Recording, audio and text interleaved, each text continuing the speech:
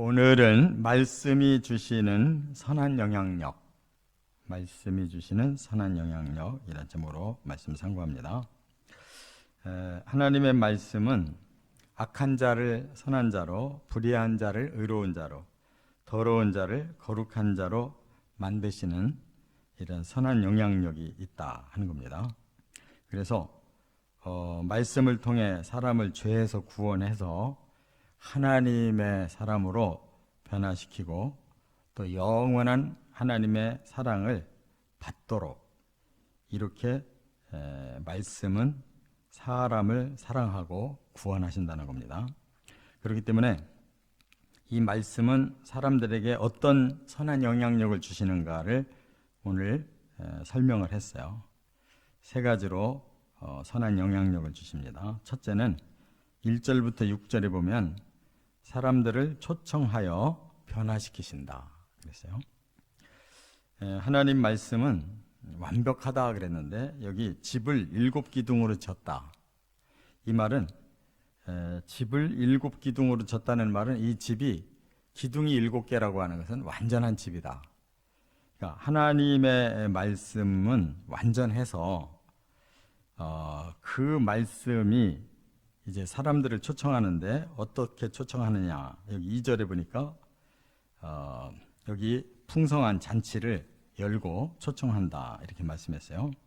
짐승을 잡고 포도주를 혼합하여 상을 갖추고. 이 말은 우리가 사람들을 복음으로 인도하려면 사람들에게 최선을 다해서 이렇게 완전한 집을 잘 지어놓고 또 풍성한 잔치를 열고 그 다음에 3절에 보니까 자기 여종을 보내어 성중 높은 곳에서 부른다 그랬어요. 예수님도 이런 비유를 많이 말씀했죠. 임금이 잔치를 열고 사람들을 사방으로 오라고 했는데 하나도 안 왔다는 거예요. 나는 이래서 바빠서 못 가고 저래서 바빠서 못 간다. 그러니까 하나님의 말씀은 근원적으로 사랑으로 구원하시기를 원하기 때문에 계속 사람들에게 내가 좋은 잔치를 마련했으니 와서 함께 즐기자 이렇게 초청을 하는 거예요. 그래서 성 높은 곳에서 그래야 모든 성중의 사람이 다 들리니까. 또 여기 4절에 보면 어리석은 자는 이리로 돌이키라. 또 지혜 없는 자에게 이르기를 너는 와서 내 식물을 먹으며 내 혼합한 포도주를 마시라. 그러니까 어떤 사람을 초청하느냐? 어리석은 사람을 초청한다는 거예요. 또 지혜가 없는 사람을 초청한다는 거예요. 그러니까 세상의 초청과 교회의 초청은 반대입니다. 세상의 초청은 똑똑한 사람, 또 난 사람을 계속 초청해서 내가 더 이익을 보려고 그러는데 하나님의 교회와 하나님의 복음은 오히려 못난 사람들을 불러서 변화시켜 주려고 구원시키려고 이렇게 초청한다는 거예요. 그래서 대개 예수 믿을 때 그 초청 소리가 들리는 사람들은 다 문제를 가지고 사는 사람들이에요. 뭐 너무 병이 많이 들어서 아프다든지 망한 경험이 있다든지 사람에게 상처받아가지고 뭐 마음문 닫았다든지 세상에 대해서 이제 등지려고 한다든지 이렇게 뭔가 제대로 마음을 갖지 않은 자들, 그게 바로 어리석고 지혜가 없는 사람들인데 그들에게 이 풍성한 것을 마련하고 오라는 거예요. 이게 전도입니다. 그러면 결국 어떤 것을 얻게 되느냐? 6절에 보니까 생명을 얻고 명철의 길을 행하게 하신다 그랬어요. 지금까지는 자기들의 생각대로 막 살다 보니까 뭐 어리석은 길을 가고 지혜 없는 길을 가서 그렇게 실패했는데 이제 하나님의 그 전도를 받고 오면 어리석은 자가 생명을 얻는다. 하나님이 주시는 구원을 얻는 거죠. 또 명철한 길을 간다. 하나님이 주신 말씀으로 어리석음과 지혜 없음이 끝나고 이제는 명철한 모든 걸 바르게 분별하고 현명하게 살 수 있는 그런 변화를 주신다 하는 거예요. 이것이 전도의 영향력인 줄 믿습니다. 두 번째는 7절부터 10절까지는 순종하는 자를 성숙해 하신다. 이제 많은 사람을 초청하는데 초청해서 와서 잔치자리에 앉았어도 예수님이 지적하셨죠. 너는 왜 예복을 안 입고 왔느냐? 그래서 바깥 어두운 곳을 내어 쫓았다 그랬어요. 그것처럼 일단 순응해서 오긴 왔는데 계속 순종이 필요한 거예요. 변화에서 성숙으로의 과정이 필요해. 이게 신앙 생활인데 이것이 성실하지 않으면 결국 자라나지를 못하고 영적으로 다시 병들고 비정상으로 다시 세상으로 나간단 말이에요. 그렇기 때문에 여기서 그걸 지적하고 계시는데 7절에 보면 거만한 자를 징계하면 도리어 능욕을 받고 악인을 책망하면 도리어 흠이 잡힌다 이런 말씀을 했어요. 이게 뭐냐면 아직 마음에 변화가 안 일어난 교회는 왔어도 세상 생각이 가득한 사람들이 있어요. 내가 교회 와서 좀 많은 사람들을 좀 사귀고 좀 돈도 좀 벌고 뭔가 좀 사람들 중에서 좀 내가 덕 좀 봐야 되겠다 이런 생각을 하고 교회에 온 사람은 그 마음이 여전히 거만하고 악이 그대로 있어요. 이런 사람은 제대로 변화가 안 됐기 때문에 오히려 그런 사람들을 가르치려고 하면 또 잘못한다고 책망하거나 징계하면 도리어 능욕을 당하게 하고 또 흠을 잡게 된다 그랬어요. 그러니까 모두가 다 교회 공동체에 들어왔다고 해서 여기 남는 게 아니에요. 이 쭉정이를 맺는 사람들은 결국은 끝까지 갈 수가 없어요. 그런데 여기 8절 하반절에 보니까 지혜 있는 자를 책망하면 사랑하고 지혜 있는 자를 교훈하면 더욱 지혜로워진다. 그러니까 사람들이 두 종류로 나눠진다는 거예요. 말씀을 계속 거부하고 지멋대로 살려고 하는 사람도 있고 그 말씀을 달게 받아들이고 더 하나님 앞에 사랑을 가지고 모여드는 사람이 있고 그런 사람은 점점 더 지혜로워져서 결국은 그들이 성숙해질 수가 있다는 거예요. 그러니까 하나님의 교회에 들어왔다고 다 성도가 되는 게 아니에요. 이 두 번째 과정, 순종의 과정을 통해 성숙에까지 이르러야 된다 그 말이에요. 그래서 우리가 신앙생활 오래 해보지만 그 처음에 같이 믿었던 사람들 막 굉장히 야단들을 피우고 뭔가 대단한 것 같이 그렇게 했던 사람들 다 사라졌잖아요. 그게 세상적인 것으로 믿는 사람들은 끝까지 열매를 맺지를 못해요. 그래서 지혜 있는 자를 책망해야 그가 오히려 그걸 사랑한다. 책망받는 걸 사랑한다 그랬어요. 또 지혜 있는 자를 교훈해야 더 지혜로워진다. 이게 성숙의 과정이에요. 또 의로운 사람을 가르치면 학식이 더한다. 이게 바로 성숙의 과정으로 가는 사람들이란 말이에요. 그러면 그 성숙한 사람들에게 뭐가 오느냐? 여기 10절에 보니까 여호와를 경외하는 것이 지혜의 근본이고 거룩하신 자를 아는 것이 명철이다. 드디어 그 사람은 그 하나님이 원하시는 거기까지 이르는 사람이에요. 하나님을 진정으로 경외하고 모든 지혜의 근본이 되신다는 거.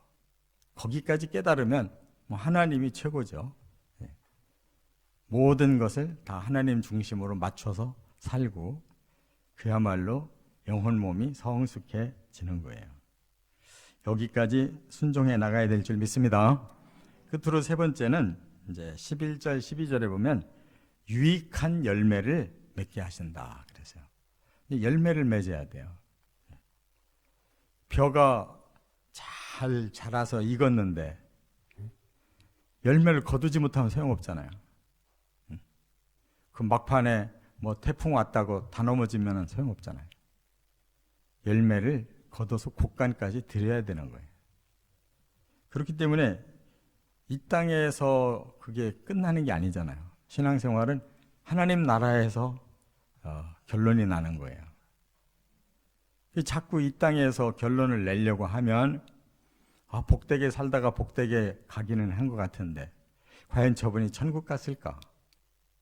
거기에는 의문이 있는 사람들이 있어요. 뭐 세상적으로 이름도 많이 날리고 뭔가 뭐 좀 대단한 것처럼 살았는데 과연 그분의 그 명함이 천국 가서도 그대로 통할런지는 그는 가봐야 아는 거예요. 우리의 임의대로 쌓은 열매가 진짜 열매가 아니고 하나님이 주시는 열매가 진짜 열매. 그래서 11절에 보면 말씀은 날이 많아지게 하고 생명의 해를 더하게 한다 그랬는데 이게 무슨 뜻이겠어요? 날이 많아진다라는 건 우리 사람들의 입장에서는 장수하면, 근데 장수도 건강하면서 기쁘고 즐거우면서 막 계속 보람있게 살면 그게 최고잖아요. 근데 그것이 연장되면 생명의 해를 더한다 그랬으니까 천국에서 우리는 그렇게 영광스럽고 생명으로 충만한 열매를 누리는 거예요. 그래서 천국을 자꾸 너무 낯설게 생각하고 이 땅은 내가 뭐 얼마든지 이렇게 다 열심히 살겠는데 꼭 천국 가야 되느냐? 이거는 근원이 잘못된 거예요. 천국이 오히려 더 마음에 기쁨이 되고 소망이 되고 빨리 가야 되는데 그런 마음이 있어야 되는데 다른 건 다 좋은데 마지막 예수님 오신다는데 천국 가야 된다는데 여기서부터는 마음에 편치를 않아. 왜냐하면 거기에다가 목표를 안 뒀기 때문에 그 열매를 생각을 안 해요. 사람들은 여기에서 잘 돼가지고 누가 봐도 복 받은 사람이다. 제가 예전에 알던 교계에서 유명한 장로님이 계셨는데 그분은 스스로 이렇게 나오면 항상 나는 오복을 다 받은 사람입니다 그러셨거든요. 근데 그 오복이 영적인 오복이어야지 세상적인 오복이면 별로예요. 뭐 건강하고 뭐 모든 게 다 튼튼하게 사업도 잘하시고 뭐 존경도 받았지만 그걸 자꾸 땅의 걸 강조하면은 별로 그건 좋은 열매가 아니에요. 지금 이 땅에서는 무명해도 괜찮아요. 하나님 나라에 들어갔을 때 잘했다, 수고했다. 네가 땅에서 작은 거를 열심히 잘했으니까 내가 하늘에서 큰 것으로 너에게 상을 주겠다. 이 예수님 말씀이잖아요. 그게 열매인 거예요. 그게. 이 땅에서 자기 이름 다 내느라고 그만큼 남에게 상처 주고 남 등을 밟고 올라서느라고 치열하게 살아서 성공은 했는지 몰라도 그게 영적인 삶이 아니잖아요. 그러니까 우리 근본적으로 생각을 바꿔야 돼. 열매는 천국에서 맺겠다. 이 땅에서는 내가 예수님을 따라서 철저히 성숙한 신앙생활을 향해 나 자신을 내려놓겠다. 그게 가능하고 실천되는 사람이 천국에서 큰 자예요. 세례 요한을 보고 가장 큰 자라고 그랬잖아요. 근데 그가 세상에서 뭔 큰 자의 삶을 살았어요. 광야에서 살고 들판에서 음식 겨우 구해서 먹고 약대 털옷이나 입고 그렇게 초연하게 살았지 언제 궁중 가서 뭐 사람들에게 존경받으며 설교해 본 적이 있냐고. 그러니까 예수님이 큰 자라고 한 거예요. 우리가 이처럼 하늘에서 우리의 생명이 영원하고 풍성한 것이 그게 진짜 열매입니다. 12절에는 말씀은 유익한 열매를 맺게 하신다 그랬는데 타인에게까지. 그러니까 그 뭐예요? 열매라는 거는 내가 많이 거두는 것도 좋지만은 같이 나눠야지 열매지. 내가 많이 거두기 위해서 내 옆에 있었던 사람들은 잘 안 됐다. 그거는 열매가 아니에요. 빼앗은 거지. 그래서 거만하면 해를 당한다 그랬어요. 경고를 했어요. 네 자신을 높이면 너는 그 열매를 못 맺고 남들과 함께 나누는 열매를 못 맺고 너의 끝은 해를 당할 거야. 너 망할 거야. 그 얘기예요. 그러니까 우리가 이 말씀 한자 한자를 그냥 가볍게 여기면 안 됩니다. 하나님 말씀은 대충 엎어놓느라고 세게 하고 이런 거 없어요. 사실 그대로를 말씀하고 있기 때문에 우리가 그 말씀 한 절 한 절을 제대로 해석하고 제대로 받아들여야 돼요. 이 12절 마지막에 바로 경고를 하잖아요. 거만하면 안 된다는 거예요. 거만 떨면 네 홀로 해를 입는다. 하나님께서 너에게 영원한 형벌을 줄 거야. 그거예요. 신앙생활을 잘하는 거는 우리를 계속 낮추는 겁니다. 유명하지 않고 무명하게 계속 나를 낮추는 거예요. 실제 나보다 더 낮아져야 하나님이 인정하시는 거예요. 실제 나보다 사람들이 더 알아주면 가짜예요. 꼭 이런 열매 맺으시기를 주의 이름으로 축원합니다.